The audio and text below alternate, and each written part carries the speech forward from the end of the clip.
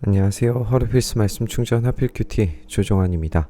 오늘 함께 나눌 하나님 말씀은 마가복음 13장 3절에서 13절까지 말씀입니다. 예수께서 올리브산에서 성전을 마주보고 앉아 계실 때에 베드로와 야고보와 요한과 안드레가 따로 예수께 물었다. 우리에게 말씀해 주십시오. 이런 일이 언제 일어나겠습니까? 또 이런 일들이 이루어지려고 할 때에는 무슨 징조가 있겠습니까?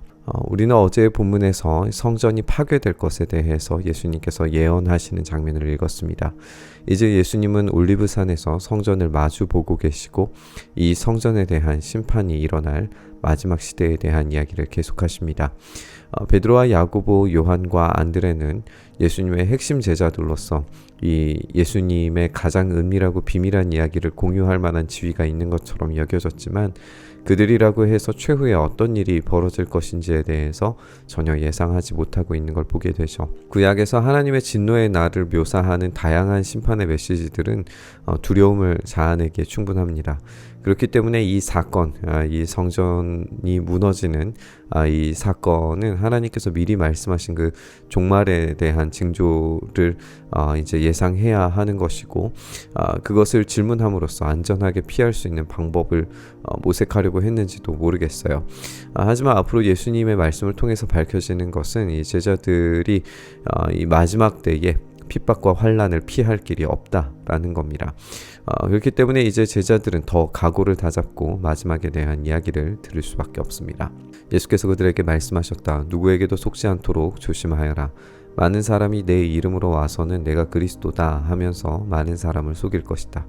또 너희는 여기저기에서 전쟁이 일어날 소식과 전쟁이 일어날 것이라는 소문을 듣게 되어도 놀라지 말아라. 이런 일이 반드시 일어나야 한다. 그러나 아직 끝은 아니다. 민족과 민족이 맞서 일어나고 나라와 나라가 맞서 일어날 것이며 지진이 곳곳에서 일어나고 기근이 들 것이다. 이런 일들은 진통의 시작이다. 예수님 시대에도 거짓 선지자들의 예시는 정말 많이 찾아볼 수 있었어요. 특히 로마와의 전쟁과 또 예루살렘이 포위되는 동안에 이런 거짓 선지자들의 출현은 더 빈번하게 일어났습니다. 위기감이 고조되는 상황에서 어떻게 해서든지 그 공포와 두려움을 먹고 자생하는 거짓 선지자들은 출현하기 마련인 것 같아요. 그런 잘못된 정보에 쉽게 빨려 들어가지 않으려면 속지 않도록 조심해야 됩니다. 더 치밀하게 속이려고 드는 거짓말들에 속아 넘어갈 수 없어야겠죠. 이런 일들이 역사 안에서 굉장히 빈번하고 지속적이고 반복적으로 일어나는 경험들이라는 걸 우리가 지적해야 될 것 같습니다. 전쟁의 소문, 민족과 나라가 맞서 싸우고 지진이 일어나고 기근이 드는 모든 상황들은 결코 어떤 특정한 시대에만 등장하는 것은 아닙니다. 예수님은 그런 소문들이 들려도 아직 끝은 아니다라는 점을 명확하게 하고 계세요. 따라서 제자들은 아무리 혹독하고 어려운 상황에 그런 환경에 놓여진다고 하더라도 속지 않아야 됩니다.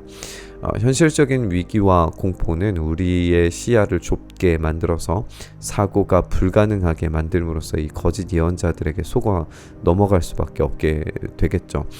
예수님의 경고는 이 모든 공포스러운 상황들도 겨우 시작일 뿐이고 끝이 될 수 없다라는 겁니다. 끝날 때까지 끝난 것은 아니죠.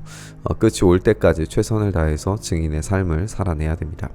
너희는 스스로 조심하여라. 사람들이 너희를 법정에 넘겨줄 것이며 너희가 회당에서 매를 맞을 것이다.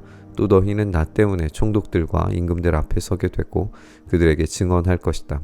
먼저 복음이 모든 민족에게 전파되어야 한다. 예수님의 예고는 그들이 법정에 서게 될 것이고 이 매를 맞을 것이고 총독들과 임금들 앞에 서게 될 날이 오리라는 거예요. 또 그들에게 복음을 증언할 이 증인의 역할이 되어야 된다라는 점을 말씀하고 계시는 걸 우리가 읽게 되죠. 여기에서 스스로 조심해라 라고 하는 말은 굉장히 개인적이고 실제적인 경고가 될 수 있습니다. 누구라도 이런 일들이 닥칠 수 있어요. 경고는 박해를 피하라고 주어지지 않습니다. 오히려 박해를 신실하게 인내하도록 준비시키기 위해 주어졌다는 점을 우리는 기억해야 됩니다.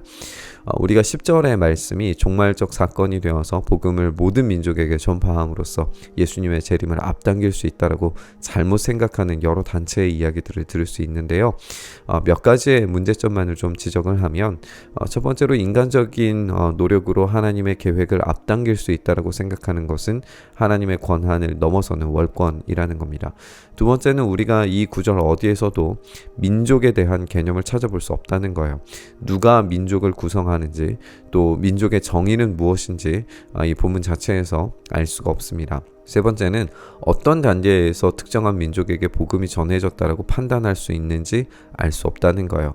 그것이 단지 성경책이 들어간 것에서 인정되는 것인지, 교회가 세워진 것에서 인정되는 것인지, 아니면 몇 퍼센트가 회심해야 특정한 민족에게 복음이 전해졌다라고 이해할 수 있는 것인지, 그런 것까지 예수님께서 이야기하시지 않으셨다는 거예요. 그렇다면 이 민족들에게 복음이 전하여지는 것, 복음이 전달된 것을 우리의 기준과 입장에서 그것을 끌어당기고 그것들을 만들어낼 수 있다라고 하는 것은 철저히 오판입니다. 하나님께서 하시는 일이지 우리의 능력으로 할 수 있는 것은 아닙니다. 다만 우리가 할 수 있는 것은 증인의 역할을 어떠한 핍박과 환난에도 신실하게 해내는 거죠. 복음이 모든 민족에게 이렇게 전파되어야 한다라고 하는 말을 최소한 성전이 무너지기 전 사도 바울과 동역하던 마가만 하더라도 이미 성취된 것으로 이해했을 수도 있다고 학자들은 지적을 합니다. 모든 나라가 복음을 들은 것은 아닐지라도 국제적인 하나님의 사람들을 경험하고 있었고 당시의 한계 내에서는 얼마든지 성취된 일로 인식할 수 있었다라는 그런 지적이 있습니다. 어쨌든 우리가 이것을 어떤 이 종말의 어떤 유일한 기준으로 생각하는 것은 충분히 한계성을 가지는 인식이기 때문에 그것만을 가지고 우리가 종말을 판단하는 중요한 잣대로 이야기하는 것은 부적절하다. 이렇게 좀 정리를 했으면 좋겠습니다. 사람들이 너희를 끌고 가서 넘겨줄 때에 너희는 무슨 말을 할까 하고 미리 걱정하지 말아라. 무엇이든지 그 시각에 말할 것을 너희에게 지시하여 주시는 대로 말하여라. 말하는 이는 너희가 아니라 성령이시다. 형제가 형제를 죽음에 넘겨주고 아버지가 자식을 또한 그렇게 하고 자식이 부모를 거슬러 일어나서 부모를 죽일 것이다. 너희는 내 이름 때문에 모든 사람에게서 미움을 받을 것이다. 그러나 끝까지 견디는 사람은 구원을 받을 것이다. 이 재판의 상황에서 무슨 말을 할까를 걱정하지 말라는 말씀과 이 성령께서 지시하시는 말씀이 연결되어서 박해를 당하는 제자들이 해야 할 말은 명확해집니다. 그것은 예수 그리스도가 주시고 구원자시라는 사실이죠. 그런데 이 갈등을 촉발시키는 것은 아무도 모르는 사람이 아니라 자기 형제와 부모 자식의 관계에서 일어날 수 있다라고 말씀하십니다. 이 갈등은 예수님에 대한 직접적이고 폭력적이기까지 한 어떤 증오에서 시작되는 걸 우리가 보게 돼요. 이 증오를 이겨내야 한다거나 변화시킬 수 있다라고 하는 식으로 이야기되지 않고 있다는 것도 우리가 좀 주목해야 됩니다. 이 명령을 받은 제자들은 다만 인내해야 된다는 것을 배우게 됩니다. 이 인내의 열매는 미움을 받을 것이지만 그럼에도 불구하고 구원을 획득하게 될 것이다 라고 하는 최종적 결과에 대해서 우리에게 알려주고 있습니다. 마지막 시대에 이 믿음을 지키고 복음을 전한다는 것은 박해에 대한 각오와 열매 없음에 대한 좌절스러움에도 해야 할 일입니다. 예수님을 위해서 고통당하는 사람들, 또 한편으로는 인생의 실패자고 루저라고 부를 수도 있는 그런 상황에 놓여질지라도 포기하지 않고 이 증인의 삶을 살아내는 거죠. 확실한 것은 오늘 이 종말의 예고를 통해서 흔들리지 않고 복음을 전하는 삶이 궁극적으로 결코 실패자가 아니라는 사실을 우리에게 알려준다는 점입니다. 그런 실패자의 삶처럼 보여지는 그 박해와 환난의 일은 이미 예고되어져 있습니다. 따라서 어떤 환경적인 위기와 어려움에도 이 구원의 확신을 가지고 인내할 수 있어야 된다는 걸 오늘 본문을 통해서 생각해 봤으면 좋겠습니다. 오늘 우리의 삶에서 복음을 위하는 삶, 증인된 삶을 살아갈 때 어떤 박해와 위기와 슬픔 속에서도 아직 끝이 아니라는 점과 박해 끝에는 반드시 구원이라고 하는 놀라운 선물이 있다는 점을 기억했으면 좋겠습니다.